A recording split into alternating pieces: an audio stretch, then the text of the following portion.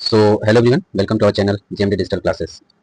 हम लोग बात कर रहे थे मॉडर्न इंडियन हिस्ट्री के बारे में, और मॉडर्न इंडियन हिस्ट्री में हमने बात की थी भारतीय समाचार पत्र पत्रिकाएं और उनके प्रमुख पुस्तकों के बारे में। भारतीय समाचार पत्र पत्रिकाएं और प्रमुख पुस्तकें, जिसके दो भाग हो गए थे। आज हम लोग देखेंगे तीसरा भाग। और तीसरे भाग का पहला सवाल है आपके सामने। सवाल ये है कि इसमें से किसने जो है अपनी आत्मकथा में ये लिखा है कि जो गांधीवादी हैं वो अपने मंत्री स्तरीय और संसदीय कार्यों में विचलित नहीं होना चाहते थे, और उस समय वो किसी भी राष्ट्रीय संघर्ष के विरोध में थे। मतलब ये बात किसने कही है कि जो गांधीवादी थे उस समय अपने मंत्री स्तरीय और संसदीय कार्य से विचलित नहीं होना चाहते थे, और उस समय किसी भी राष्ट्रीय संघर्ष का विरोध करते थे। तो देखिए, ये बात कही थी सुभाष चंद्र बोस ने। सुभाष चंद्र बोस जी ने अपनी आत्मकथा में ये बात कही थी कि जो गांधीवादी थे उस टाइम पे अपने मंत्री स्तरीय और संसदीय कार्य से विचलित नहीं होना चाहते थे, और जो भी राष्ट्रीय संघर्ष था उसके विरोध में ये खड़े हो जाते थे। तो इसका राइट आंसर हो जाएगा option number B, Subhash Chandra Bose. Next question है हिंदू मुस्लिम एकता। हिंदू मुस्लिम एकता एवं महात्मा गांधी के आदर्शों के प्रसार हेतु सितंबर 1921 में मदरलैंड समाचार पत्र किसने प्रारंभ किया था? 1921 ईस्वी में हिंदू मुस्लिम एकता और महात्मा गांधी के आदर्शों के प्रसार हेतु मदरलैंड समाचार पत्र किसने प्रारंभ किया था? तो देखिए, मदरलैंड जो समाचार पत्र था ये प्रारंभ किया गया था किसके द्वारा? इसका आंसर हो जाएगा मदरलैंड समाचार पत्र प्रारंभ किया गया था मजहरुल हक के द्वारा। मजहरुल हक ने मदरलैंड समाचार पत्र का प्रकाशन किया था। 1921 में इन्होंने मदरलैंड समाचार पत्र का प्रकाशन किया, और इसका उद्देश्य क्या था? हिंदू मुस्लिम एकता की बात करना और महात्मा गांधी के आदर्शों का प्रसार करना। 1921 में मजहरुल हक के द्वारा मदरलैंड समाचार पत्र का प्रारंभ किया गया। इन्होंने एक सदाकत आश्रम में बनाया था, सदाकत आश्रम। ये सदाकत आश्रम मजहरुल हक के द्वारा ही बनाया गया था, और इन्होंने पटना में बनाया था सदाकत आश्रम। तो सदाकत आश्रम के बारे में पूछा जाता है कि सदाकत आश्रम की स्थापना किसने की थी। नेक्स्ट क्वेश्चन है कि नील खेतिहरों की दुर्दशा को दर्शाने वाली पुस्तक नील दर्पण, जो नील दर्पण नामक पुस्तक है, इसके रचयिता या लेखक कौन है? तो देखिए, जो नील दर्पण नामक पुस्तक है इसके रचयिता हैं आपके दीनबंधु मित्र। दीनबंधु मित्र ने लिखी है नील दर्पण नामक पुस्तक, और इसी नील दर्पण नामक पुस्तक में नील खेतिहरों की दुर्दशा के बारे में इन्होंने बताया है कि जो ब्रिटिशर्स थे वो क्या क्या अत्याचार या जुर्म करते थे जो नील के किसान थे उनके ऊपर। तो नील दर्पण नामक पुस्तक के लेखक कौन हो जाएंगे? दीनबंधु मित्र। नेक्स्ट क्वेश्चन है कि बहिष्कृत भारत जनरल किसने शुरू किया था? बहिष्कृत भारत नामक जनरल किसके द्वारा शुरू किया गया था? तो देखिए, जो बहिष्कृत भारत जनरल है ये शुरू किया गया था बाबा साहब भीमराव अम्बेडकर के द्वारा।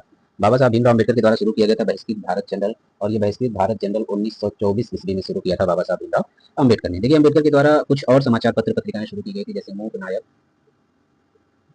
मूक नायक के बाद एक पत्रिका थी इनकी समता, और एक पत्रिका थी इनकी जनता।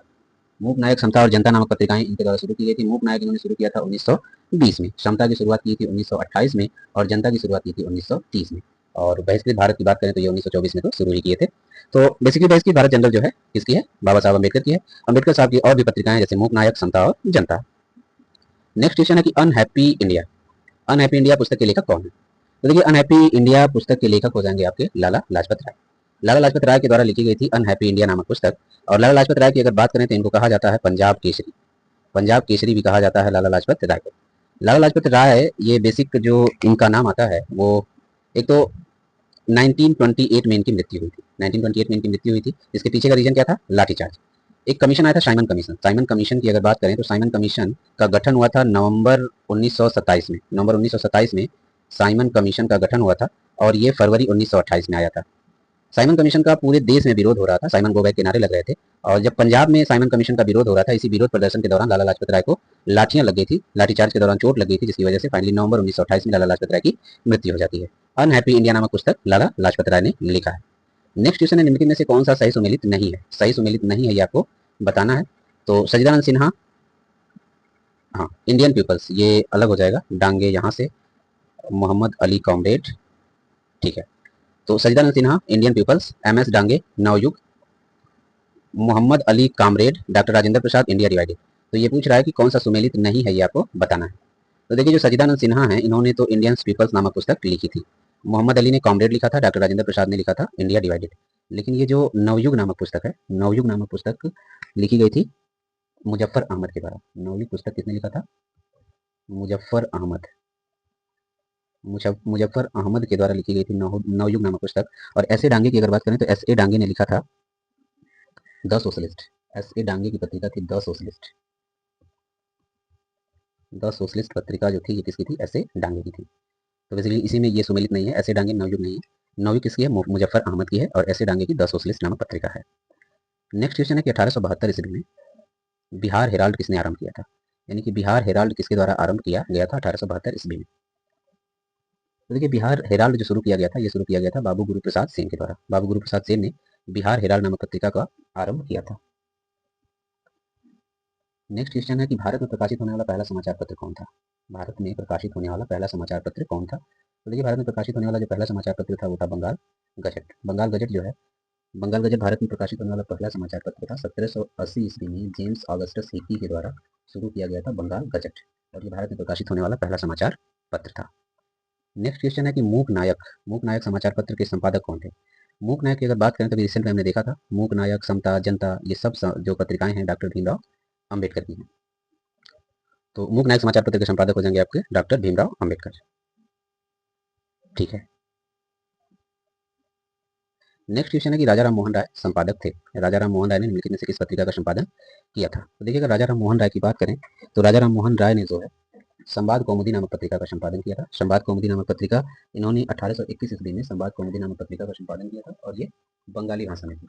बंगाली भाषा में संवाद कौमुदी नामक पत्रिका का संपादन किसने किया था? राजा राम मोहन राय ने। और राजा राम मोहन राय को जो है भारतीय पत्रकारिता का अग्रदूत भी कहा जाता था। भारतीय पत्रकारिता के अग्रदूत कहे जाते थे राजा राम मोहन राय, और संवाद कौमुदी इन्हीं की पत्रिका थी। नेक्स्ट क्वेश्चन है India wings freedom. India wings freedom किसने लिखी थी? तो देखिए, अगर इंडिया विंग्स फ्रीडम की बात की जाए तो इंडिया विंग्स फ्रीडम जो है ये मौलाना अबुल कलाम आज़ाद के द्वारा लिखी गई पुस्तक थी। इंडिया विंग्स फ्रीडम किसकी थी?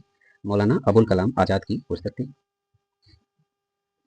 नेक्स्ट है बंगाली। बंगाली जो कि कलकत्ता का एक प्रसिद्ध समाचार पत्र है, किसके द्वारा प्रारंभ किया गया था? यानी बंगाली समाचार पत्र का प्रकाशन किसने किया था? तो देखिए, अगर बंगाली समाचार पत्र की बात करें तो बंगाली समाचार पत्र का प्रकाशन सुरेंद्र नाथ बनर्जी के द्वारा किया गया था। सुरेंद्र नाथ बनर्जी ने बंगाली समाचार पत्र का प्रकाशन किया था 1789 ईस्वी में। 1789 ईस्वी में एक साप्ताहिक समाचार पत्र का प्रकाशन सुरेंद्र नाथ बनर्जी के द्वारा किया गया था, जिसे बंगाली नाम से जाना जाता है। नेक्स्ट है, दो पत्रिकाएं आपके सामने दी हुई हैं, नवजीवन और यंग इंडिया। नवजीवन और यंग इंडिया नामक पत्रिका का संपादन किसने किया था? या नवजीवन और यंग इंडिया पत्रिकाएं किसकी थी? तो इसको आपको बताना है। तो देखिए, नवजीवन और यंग इंडिया दोनों पत्रिकाएं किसकी थी? महात्मा गांधी की। महात्मा गांधी के द्वारा दोनों पत्रिकाओं का संपादन किया गया था, नवजीवन और यंग इंडिया। ये दोनों पत्रिकाएं जो है महात्मा गांधी के द्वारा संपादित की गई थी। नेक्स्ट है, रविंद्रनाथ टैगोर को किसके लिए नोबेल पुरस्कार मिला था? रविंद्रनाथ टैगोर को नोबेल पुरस्कार मिला था। लेकिन रविंद्रनाथ टैगोर भारत के नहीं बल्कि एशिया के पहले व्यक्ति थे जिनको साहित्य का नोबेल मिला था। तो उनकी किस कृति के लिए नोबेल पुरस्कार मिला था ये आपको बताना है। तो रविंद्रनाथ की जो पुस्तक थी गीतांजलि, गीतांजलि के लिए इनको नोबेल पुरस्कार मिला था। और नोबेल पुरस्कार पाने वाले एशिया के पहले व्यक्ति थे। 1913 ईस्वी में इनको साहित्य का नोबेल मिला था गीतांजलि नामक पुस्तक के लिए। तो रविंद्रनाथ टैगोर को नोबेल पुरस्कार किसके लिए मिला था? गीतांजलि के लिए 1913 में। नेक्स्ट है संवाद कौमुदी। संवाद कौमुदी नामक समाचार पत्र किस भाषा में प्रकाशित होता था? संवाद कौमुदी का भाषा बताना है। तो देखिए, संवाद कौमुदी नामक समाचार पत्र जो है ये बांग्ला भाषा में प्रकाशित होती थी। और ये किसके द्वारा प्रकाशित किया गया था? राजा राम मोहन राय के द्वारा। राजा राम मोहन राय ने संवाद कौमुदी, राजा राम मोहन राय के द्वारा संवाद कौमुदी समाचार पत्र बांग्ला भाषा में प्रकाशित किया गया था। भारतीय पत्रकारिता के अग्रदूत कहे जाते थे राजा राम मोहन राय। नेक्स्ट क्वेश्चन है आनंद मठ का लेखक कौन था? आनंद मठ का लेखक कौन था, या आनंद मठ नामक पुस्तक किसके द्वारा लिखी गई थी? देखिए, आनंद मठ की अगर बात की जाए तो आनंद मठ नामक पुस्तक लिखी गई थी बंकिम चंद्र चटर्जी के द्वारा। बंकिम चंद्र चटर्जी ने आनंद मठ लिखा था। ये बांग्ला भाषा में लिखी गई पुस्तक थी। भाषा क्या थी? तो बांग्ला भाषा में लिखी गई पुस्तक थी। एक राजनीतिक उपन्यास था आनंद मठ। और इसकी रचना बंकिम चंद्र चटर्जी के द्वारा 1882 में की गई थी। 1882 में आनंद मठ की रचना की गई थी बंकिम चंद्र चटर्जी के द्वारा। ठीक है। और एक गीत आती है वंदे मातरम। वंदे मातरम जो है ये आनंद मठ से ही लिया गया है। वंदे मातरम नामक गीत आनंद मठ पुस्तक से ही लिया गया है। नेक्स्ट क्वेश्चन है कि निम्नलिखित में से कौन सा राष्ट्रवादी समाचार पत्र नहीं है? कौन सा जो है राष्ट्रवादी समाचार पत्र नहीं है, ये आपको बताना है। तो देखिए, दिए गए ऑप्शनों में अगर बात करेंगे तो इसमें से द टाइम्स ऑफ इंडिया जो है राष्ट्रवादी समाचार पत्र नहीं था। बाकी द हिंदू, बंगाली और दी मराठा ये सब के सब राष्ट्रवादी समाचार पत्र थे। लेकिन द टाइम्स ऑफ इंडिया जो है ये राष्ट्रवादी समाचार पत्र में नहीं आता है। द हिंदू की बात करें तो द हिंदू के संस्थापक थे आपके जी सुब्रमण्यम अय्यर। जी सुब्रमण्यम अय्यर। जी सुब्रमण्यम अय्यर जो है हिंदू के संपादक थे। बंगाली की अगर बात करें तो बंगाली के संपादक सुरेंद्र नाथ बनर्जी थे। सुरेंद्र नाथ बनर्जी जो है बंगाली के संपादक थे। और वहीं अगर मराठा की बात करें तो मराठा के संपादक थे बाल गंगाधर तिलक। बीजी तिलक जो है इन्होंने मराठा पत्रिका का संपादन किया था। तो राष्ट्रवादी समाचार पत्र नहीं है, ये था the times of India. Next question है कि स्वामी सहजानंद सरस्वती ने किस पत्रिका का प्रकाशन किया था? स्वामी सहजानंद सरस्वती ने किस पत्रिका का प्रकाशन किया था, ये आपको बताना है। तो देखिए, सहजानंद सरस्वती के द्वारा संपादित की गई पत्रिका का नाम था होंकार। होंकार नामक पत्रिका का संपादन किया था स्वामी सहजानंद सरस्वती ने। तो ये था भारतीय पत्र पत्रिकाओं के इतिहास का तीसरा भाग। अब मिलते हैं नेक्स्ट वीडियो में, तब तक के लिए थैंक यू।